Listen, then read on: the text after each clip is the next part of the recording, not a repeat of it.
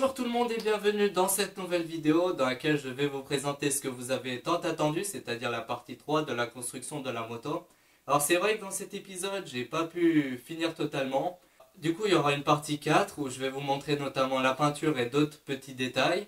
Et donc, cessons de parler, on passe à la construction. Avant de commencer tout bricolage, équipez-vous en conséquence, comme moi. Tout d'abord un vieux sweat 100% coton, 100% inflammable. Ensuite une bonne fourrure à la Jon Snow parce que oui, il fait froid dans la cave. Des gants de soudure en cuir qui protègent de tout. Sans oublier les cheveux dressés et des gros sourcils pour un refroidissement du cerveau optimal. Et enfin des lunettes de BG parce que les yeux c'est précieux. On va commencer par faire le réservoir parce que je sais que ça sera le plus chiant. Donc après avoir réalisé un patron en papier de brouillon, je le pose sur la tôle et je tag les contours pour pas avoir à les repasser au feutre. Ensuite je découpe la tôle en portant des gants parce que bon Dieu qu'est-ce que ça coupe ce truc!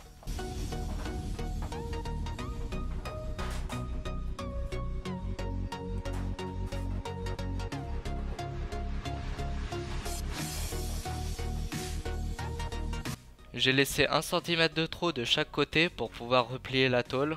Comme ça lorsque je vais souder les bords il y aura plus de surface à assembler. Je prévois également un trou au milieu pour mettre le réservoir à cheval sur le cadre de la moto.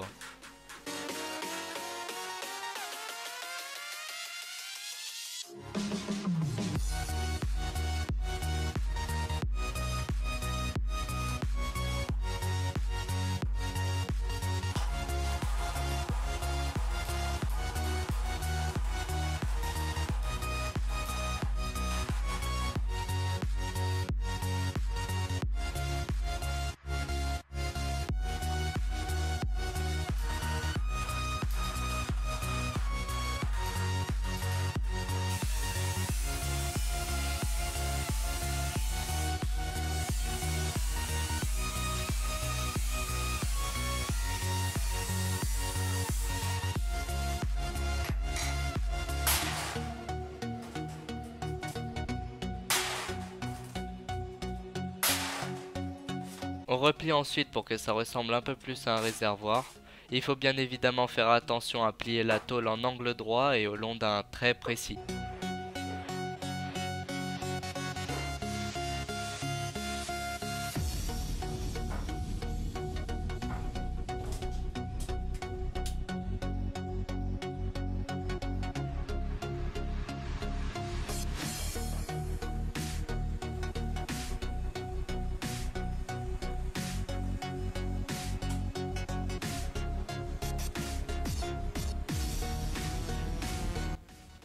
Après avoir passé une journée entière à galérer pour souder les bords à l'étain et au chalumeau, je préfère passer à la fixation du moteur qui est aussi une étape importante.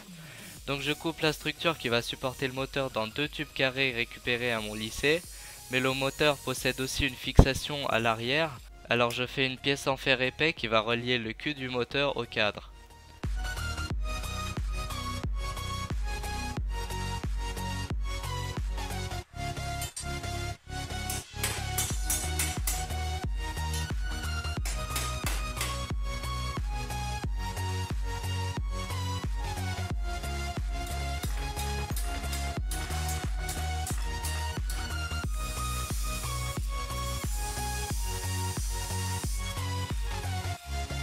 Vu que j'ai un stock énorme de tiges filetées, c'est parfait. Je découpe des morceaux de la bonne longueur dans la tige filetée et aussi dans un tuyau qui passe pile poil sur la tige et pile poil dans le cul du moteur.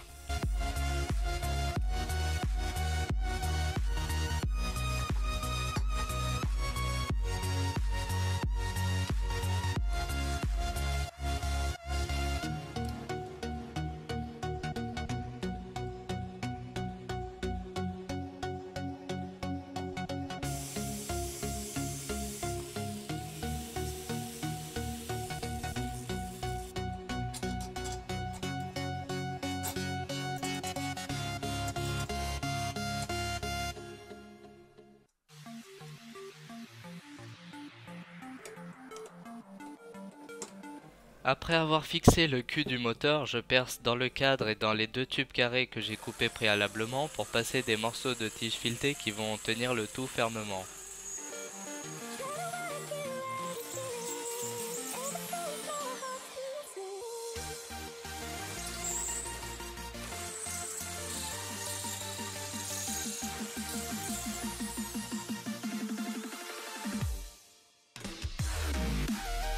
Dans un angle, j'ai pas pu percer parce que le trou est trop près d'une barre qui gêne le passage de la perceuse, alors je le soude et tant pis si je dois le démonter.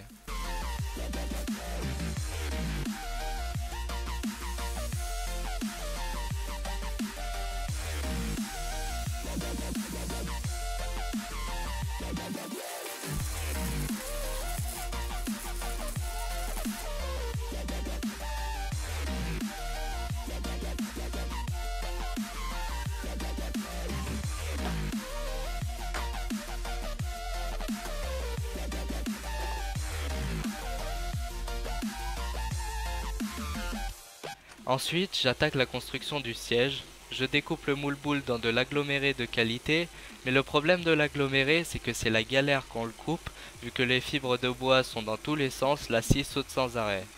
Si jamais votre rêve c'est de tirer à la calache, commencez d'abord par ça.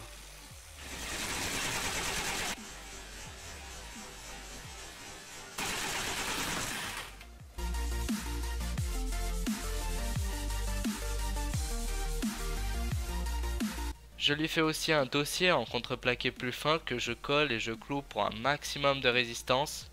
Vous constaterez que je les assemble avec un certain angle pour plus de confort, et puis de toute façon tout viendra recouvert de mousse et de faux cuir bien pimp. Pour placer les ressorts que j'ai récup dans une case, je vais avoir besoin de percer dans le cadre. Il est donc préférable de poinçonner avant de mettre le foret pour éviter qu'il glisse.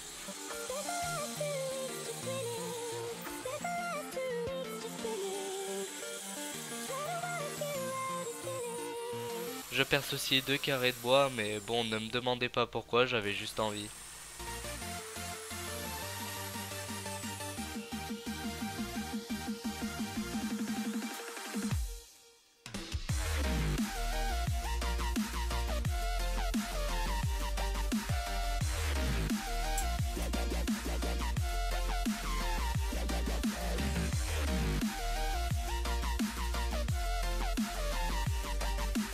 Ensuite, je fixe les ressorts avec des vis et des rondelles et je trouve le siège pour l'assembler sur les ressorts.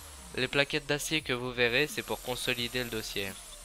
Le truc avec le dos du siège, c'est que je l'ai fait en contreplaqué assez fin. Du coup, il n'y a aucun moyen que je cache des têtes de vis. Donc, si je mets des vis, ça va ressortir des deux côtés. Ça va me rentrer dans le cul. Ça va pas être très agréable. Du coup, ce que je vais faire, c'est que je vais mettre des rivets. Alors, comme par hasard, dans la vidéo, quand j'ai fabriqué le couteau papillon, j'avais acheté des rivets. Et là, comme par hasard, ils sont pile poil de la bonne taille pour faire les deux épaisseurs. Bah, du coup, je vais en profiter. Je vais les mettre. Eh oui, Jamy, il n'y a pas que les vis dans la vie.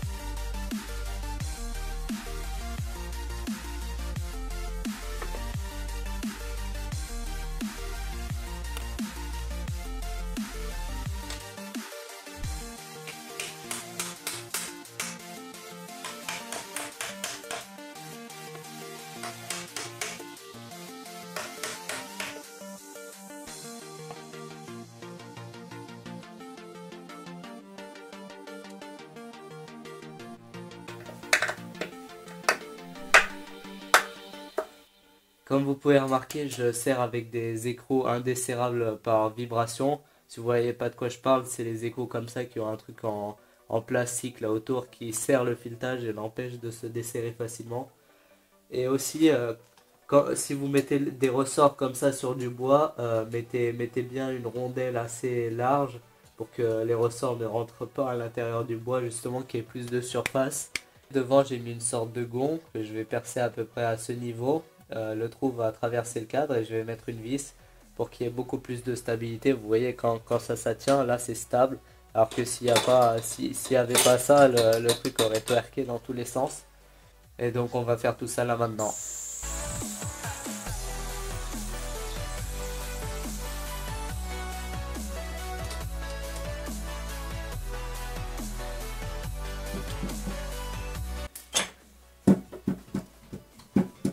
Ouh yeah, on apprécie le confort. Il y a aucune vis qui monte dans le cul, c'est déjà pas mal. Franchement, je pense que quand je vais recouvrir le siège avec de la mousse et du faux cuir, je pense que je pourrais bientôt ramener des beaches avec. Voilà ce que ça donne avec le réservoir, ça commence à ressembler à quelque chose. Bon, bien sûr, il n'y a pas la peinture, il n'y a rien, mais ça on le fera à la fin et dehors surtout parce que là je vais m'intoxiquer. Le réservoir, bien sûr, là, il fuit complètement, hein, je l'ai pas essayé, mais il y a des trous partout.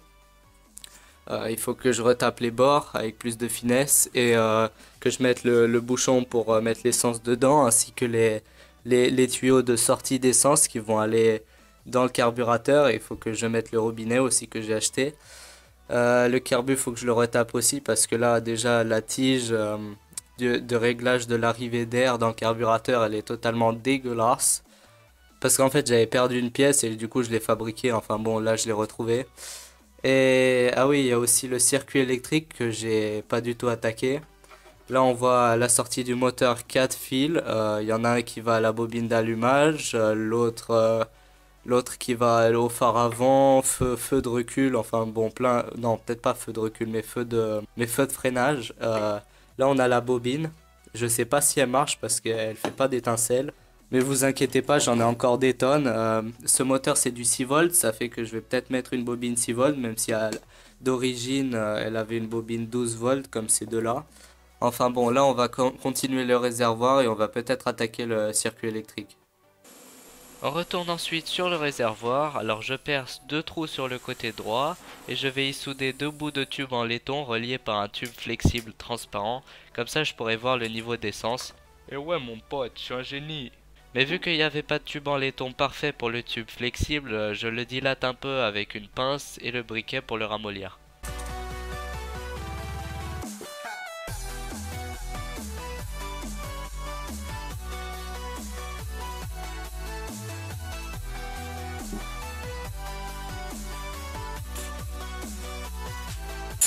Le truc qui me rend fou avec ce réservoir, c'est que l'étain colle ici, colle sur les côtés, mais il ne colle pas ici. Ça fait que là où j'ai besoin du plus d'étanchéité, parce que sinon l'essence va couler de partout, là par exemple, il reste un trou énorme entre les deux parties. Quand je rage trop et j'en ai marre, il n'y a qu'un seul remède possible.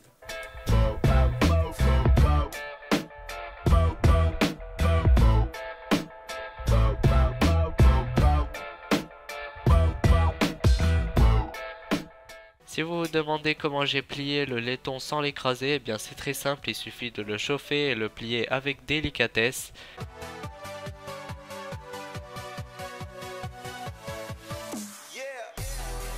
Et dès que vous sentez qu'il s'écrase à la plissure, aplatissez-le un peu avec le marteau et réchauffez jusqu'à obtenir un bel angle droit.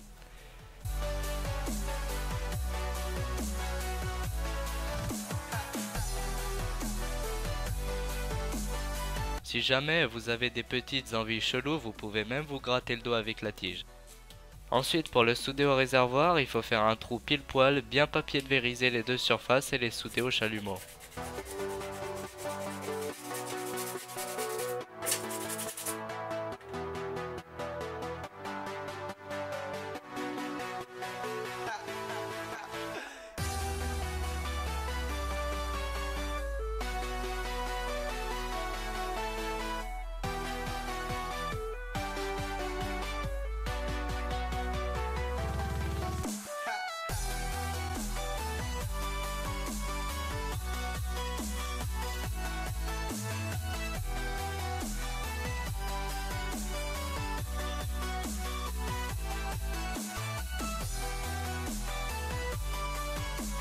Mais au final, je me demande toujours en quelle couleur je vais la peindre. Le rouge que vous voyez là va partir avant la peinture, évidemment, je vais le peindre à la bombe. Si jamais vous avez des idées de combinaison de peinture qui feraient bien pimp, ne vous gênez surtout pas de les mettre dans les commentaires, vous me les proposez, puis on verra ce que je vais choisir et vous verrez le résultat dans une prochaine vidéo. Sur ce, je vous laisse, n'hésitez pas à liker la vidéo, la partager, à vous abonner à ma chaîne si vous voulez voir la finalisation de la moto. Et je vous dis au revoir à tous et à la prochaine.